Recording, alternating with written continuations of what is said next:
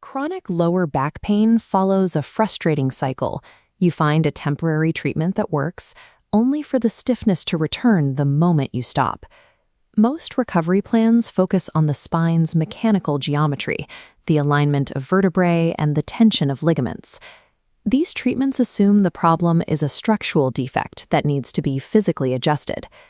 Traditional Chinese medicine offers a different lens, viewing the L3 to L5 region as the energetic basin of water.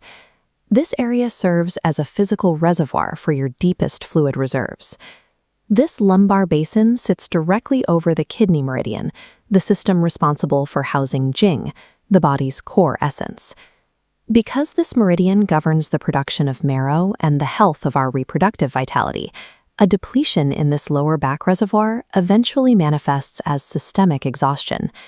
When pain becomes chronic here, it is often a signal that the water in this basin is being overwhelmed.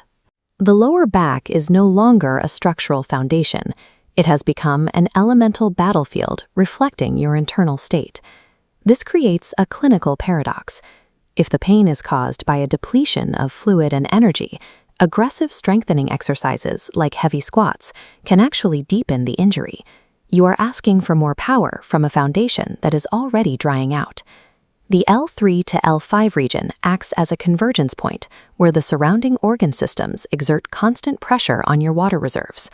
Two specific forces create this pressure: the evaporative heat of fire and the constricting grip of metal. Healing the tissue becomes biologically impossible until these two dominating forces are identified and neutralized. The fire element manifests physically as a state of emotional overstimulation. It is the result of a relentless drive, chronic agitation, and a mind that refuses to settle. When the nervous system stays in a state of high alert, it generates evaporative heat. This heat travels to the lowest point of the torso, where it begins to scorch the lumbar basin. A fire attack is recognizable by a burning sensation in the lower back, often paired with restless sleep and a general sense of irritability. This diagram shows the direct conflict. As fire descends, it consumes the kidney yin, the cooling fluids and lubrication the spine needs for flexibility. The basin isn't just sore, it is being evaporated. For the high achiever, the mental intensity required to maintain their lifestyle is the very thing burning away the structural foundation that keeps them upright. While fire evaporates, the metal element, associated with the lungs and large intestine, compresses. Metal pathology reflects an excessive need for control and the suppression of emotion. This psychological rigidity forces a physical muscular contraction.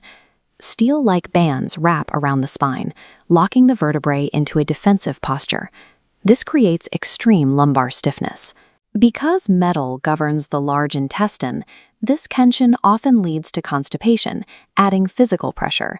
When fire and metal act together, the lower back is simultaneously boiling from inflammatory heat and crushed by muscular tension. The lower back becomes a trapped environment. It is an iron vessel that is being heated until the pressure has nowhere to go but into the nerves and discs of the spine. Trying to hydrate or rest a back in this state is like pouring water into a boiling, sealed pot. The water either evaporates instantly or the pressure causes the vessel to crack. To find relief, follow a specific sequence. First, descend the fire to stop evaporation. Second, relax the metal to open the vessel. Finally, restore the water. Descending the fire requires cooling inflammation by regulating breath and unplugging from agitating sensory inputs. Many people default to heating pads when their back hurts, but if the pain is fire-based, burning, and irritable, heat will only accelerate the exhaustion. Applying cooling methods to the sacrum helps draw that inflammatory heat out. Removing the source of heat is the mandatory first step. Without a lower internal temperature, the surrounding muscles will remain in a defensive, locked state. Once the heat is reduced, you move to step 2, relaxing the metal. This involves breaking physical rigidity through movements that focus on thoracic expansion and opening the sides of the body to unclamp the spinal musculature. Improving bowel regularity is also a vital part of this step. Releasing the tension in the large intestine removes the internal metal pressure that physically crowds the lumbar spine. Only after the heat is gone and the rigidity is broken can the body's water actually be restored. The reservoir is finally open and cool enough to hold fluid. This is the time for deep hydration, using warm water and electrolytes to nourish the kidney essence, and prioritizing the deep restorative sleep necessary to refill the jing. Lumbar health depends on maintaining the fluidity between your passion and your restraint.